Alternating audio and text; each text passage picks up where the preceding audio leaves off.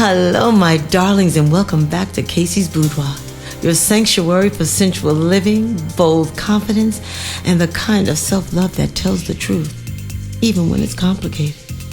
I'm your host, Kacy Duke. Now let me ask you something. Have you ever loved someone and then caught feelings for someone else? Have you ever been in the arms of one partner while your mind wandered to the voice, the smell, the energy of another? Is it possible to love more than one person at a time? And if so, what the hell are we supposed to do with that? That's what we're diving into today. I'm calling this episode, When the Heart Wanders, Loving More Than One Person at a Time. Because baby, this isn't just about cheating or temptation. This is about truth, desire, emotional integrity. And what happens when sensuality starts asking us bigger questions than we're ready to answer? Okay, let's come from truth. Let's remove the shame first, because it clouds the clarity. Yes, it's possible to feel deeply for more than one person. Yes, attraction happens even in committed relationships. And yes, it can feel terrifying, confusing, exhilarating, and even divine. But let's get clear. Just because someone stirs something in you doesn't mean they belong to your future. Sometimes they're just a mirror, a mood, a moment that cracked open something you hadn't felt in a long time. But baby, a crack is not always a door. Here's where sensuality becomes your compass. Sensuality isn't just about sex. It's not about who touches you or who texts you back. It's about presence, awareness. It's asking, what am I actually craving? Is it affection? Is it novelty? Is it validation? Because sometimes it's not the person you're hungry for. It's the you get to be when you're around them. Feel me? Let's go deeper. New energy feels like a drug. It hits fast, it flutters, it gives you life. But being desired is not the same thing as being valued. Fantasies are sexy because they're safe. You can project all your hopes onto someone without having to face the messy parts. That person lighting you up, they haven't seen your hard days, your ugly cries, your complicated truths. They're vibing with your highlight reel. Emotional cheating is a slow drip. It starts with the innocent text. Then they're the first person you want to tell good news to. And suddenly, your partner is on the outside of your inside world. And the wildest part? Sometimes, it's not even about them.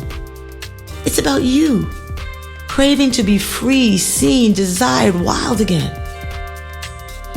But ask yourself, am I drawn to this person? Or the freedom I've stopped giving myself? Am I risking everything for a spark? Or is there a fire I've neglected in my own home? Is this real? Or is it fantasy dressed up in the language of unfinished business? Because false love will leave you in ashes. And baby, that ain't sexy. Now let's get one thing straight. Love isn't always tidy. It doesn't always knock politely and wait its turn. Sometimes it crashes the party with champagne and chaos. You may love your partner deeply, but a conversation, a spark, a look across the room can stir something wild, unexpected, uncomfortable. Let's get even more honest. Sometimes it feels like love, but is it true love or just a detour dressed up in chemistry and fantasy? Maybe it's not even about the other person. Maybe it's about the part of you that hasn't been seen, touched, or awakened in a long time. Here's a truth that might sting a little. Attraction is natural, but not all attractions are worth the cost. This is where your central practice becomes sacred. I want you to run a bath, light a candle, breathe deep, touch your skin, and ask, what do I really want to feel? Because maybe you don't need a new lover. Maybe you need to reclaim your fire. Maybe it's time to admit the truth, that you've outgrown the relationship you're in, that what you're craving isn't just passion, it's freedom. The freedom to choose again, the freedom to follow what stirs your heart, not just what holds your history. And maybe you're not meant to burn it all down for someone who only came to light a match. But baby, if the house is already cold and empty, don't you dare apologize for walking towards your warmth.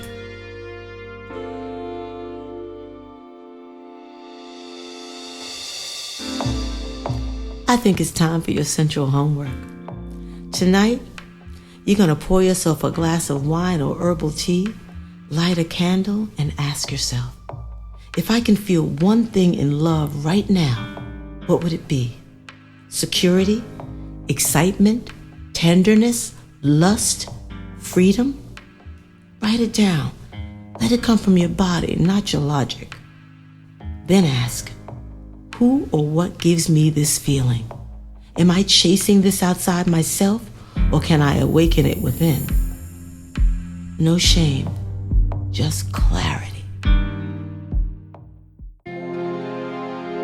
And now, my darlings, it's time for the velvet chair. That lush little corner where your questions get the love, care, and curiosity they deserve. This week's question comes from Nina in New Orleans. She asks, Kacy, I hope you and your listeners won't judge me or mind me asking this question. I stayed with a man for years, safe, but not really me, until I finally met a woman who set my heart free. She made me feel everything I've been missing. I came out, I felt brave, and then she left me. Just like that. Was that my payback? Or was she my release? Oh, Nina, thank you for your question. And I may be straight, but I'm not narrow. And I think our listeners can handle this question. So, that woman may have been a beautiful storm, here to break open parts of you that needed to breathe. Oh yeah. But not all soul connections are meant to stay. Some come to ignite, some come to teach. Maybe she wasn't the destination, but she was definitely the key. She unlocked the door to your truth, even if she couldn't walk through it with you. So no, my love, it wasn't punishment. It was a passage. And now you are free. Because Nina, sometimes the heart wanders to show us what's possible. Sometimes it strays because it's hungry. But always, always, it's trying to lead us home to our heart's most authentic truth. So be brave, be honest, and don't confuse a spark with your forever flame. Okay, Nina?